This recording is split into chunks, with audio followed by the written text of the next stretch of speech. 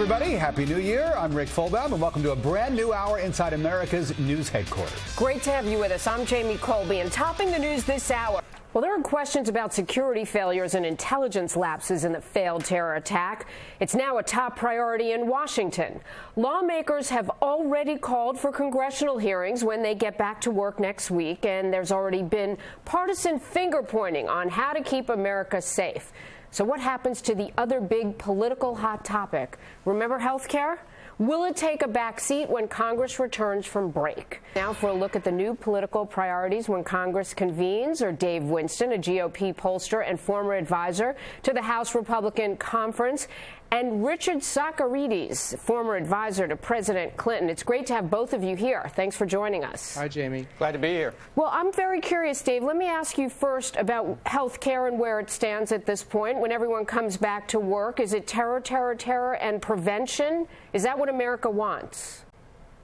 Does the president avoid this becoming a partisan issue? Terrorism and the prevention thereof should be nonpartisan, yet the meeting that is scheduled that the president will have this week when he returns, there's some concern that all sides won't be represented. Well, you know, to the midterm elections, and as we watch how Congress responds and the president as well to this frightening situation that we had on Christmas Day, and we watch health care be implemented and the stimulus continue to move forward, and who knows what else is in store, we have to wonder about what the most important issue will be for the voters when it comes to these midterm elections. And foreign policy seems like it could move into a much more important position, not just Afghanistan now, but we have concerns about Yemen, and let's not forget also Iran. How do you think both sides will deal with that? Well, I mean, I'm going to let you respond, but I want to add one element if you could respond as well. You say that the president is very well suited for something like this at this time. I'd like to ask you to be more specific. There's been some criticism that he remained in Hawaii and continued his vacation. He is not the first president to have done that. What would you say about why he's so well suited, and what do you expect him to do next week? Well, I think he's well suited for the economy and no plan for an economic recovery. Dave, Actually, what do you think about that? How much effort needs to take place where terrorism is concerned? And what are your thoughts with the president taking the amount of time that he did for the Afghanistan plan and the fact that now, every day, on every airplane, there's the potential for what happened on Christmas Day if those passengers had not sprung into action, if this alleged terrorist had not been unsuccessful in detonating that device, we could be having a completely different conversation. What do you think the president will do in terms of what Richard is saying, his effectiveness to remain calm and take his time making decisions? Well, in terms of Gentlemen, so great to have you here tonight. Thank you very much. Thanks, Jamie. Pleasure. Villagers in Pakistan are mourning the victims of a massive bombing at a sporting event. They had gathered. Well, Rick, the most dangerous job in Iraq these days for U.S. troops, turns out it doesn't involve any combat. Well, as we're still feeling out 2010, a couple days in, it's not too late into the year to take a look back at 2009, an amazing year for rescues and animals behaving badly and shocking shootouts like this one. Well, a massive mudslide burying a resort in Brazil. At least emails, people are watching. Good. Good to have you with us. Meanwhile, what keeps our eyes on the screen? Well, we love a car chase, but also those surveillance cameras. It's incredible what you can catch, and last year, no exception. Everything from the Wild West, like a shootout in a pool room, to a bull running through a grocery store, to plenty of the unusual robberies. Who knows what we'll catch on tape in 2010? With a look back at last year's highlights, here's Jonathan Hunt. Airplane. Unbelievable. That was quite a day. Puffed, and I guess the Coke machine was taken back to the store. And I heard it wasn't because they were thirsty. There was a lot of cash in there. Not smart. Anyway, that was an amazing video. We're glad we could bring it to you. 2009 was a rough time, though, for folks who lost their jobs. Welcome back. It's the bottom of the hour. Here are your top headlines today. The Yemen.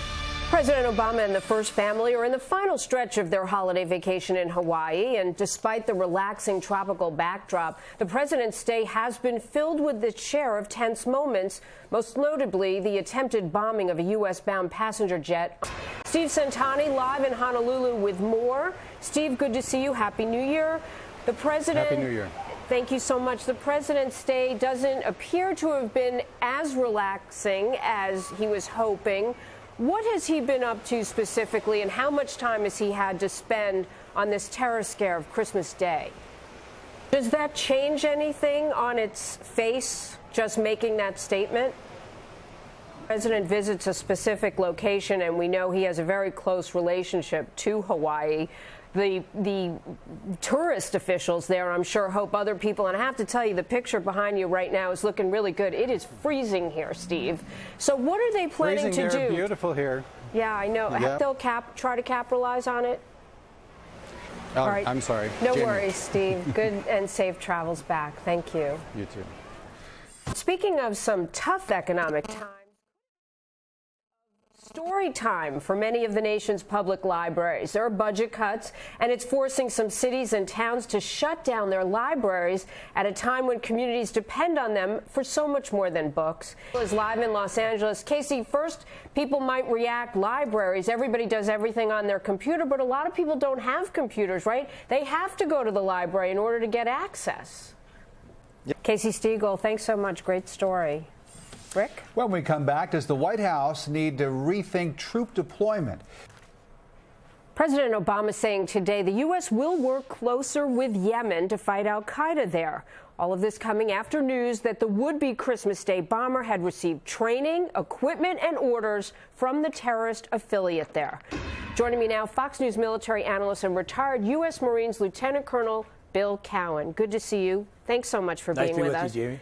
I spent a lot of time with the troops, and I know you do too. And the question is, now that we have deployed some of the surge that the president announced at West Point to Afghanistan, we have Yemen to worry about. And the question is, how long have we known about Yemen? I know we gave $70 million in counterterror aid to Yemen last year.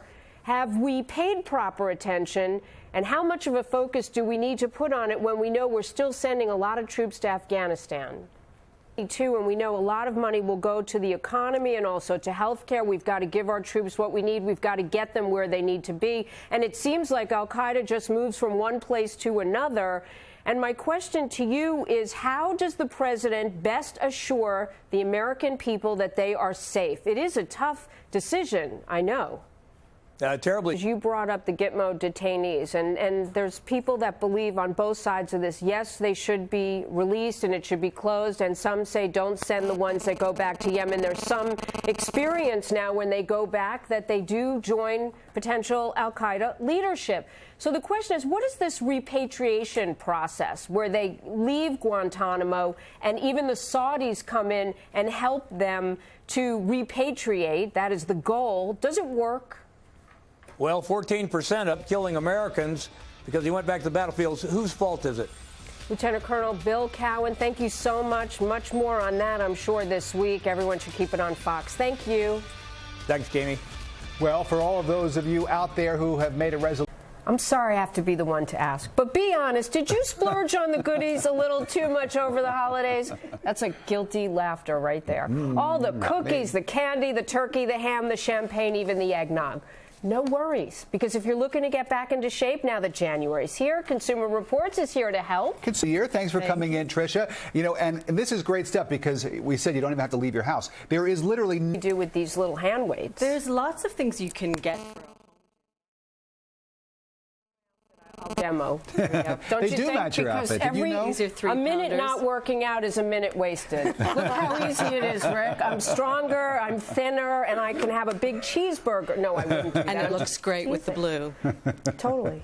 So Thank these you. aren't very expensive. They're not very expensive. They'll set you back maybe. You spot reduce. Say, for example, I want to do these for my waist. I'm trying to whittle my waist. Rick, can I spot reduce if I just work one area? I mean, it's Attractive to people, especially if you've overdone it a little bit over the holidays, to be able to start at home. and you don't need. House with That's right. If you can afford it, if you. Consumer Reports thinks is a great start for someone that is just this year going to maybe start an exercise program. Is that right? Yeah, that's another thing you can To do. be honest, don't be mad, but you see this? I did bring some dark chocolate into the studio. I gave one to Rick. I'm willing to share, but I guess portion control.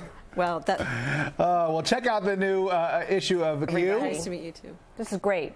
All right, well, that's going to do it for us. I'm Jamie Colby. Great to have you with us. And I'm Rick Fulbaum. Hope you have a great first weekend of 2010. And stick around right here on Fox News Channel because the Fox Report with Julie Banderas comes up.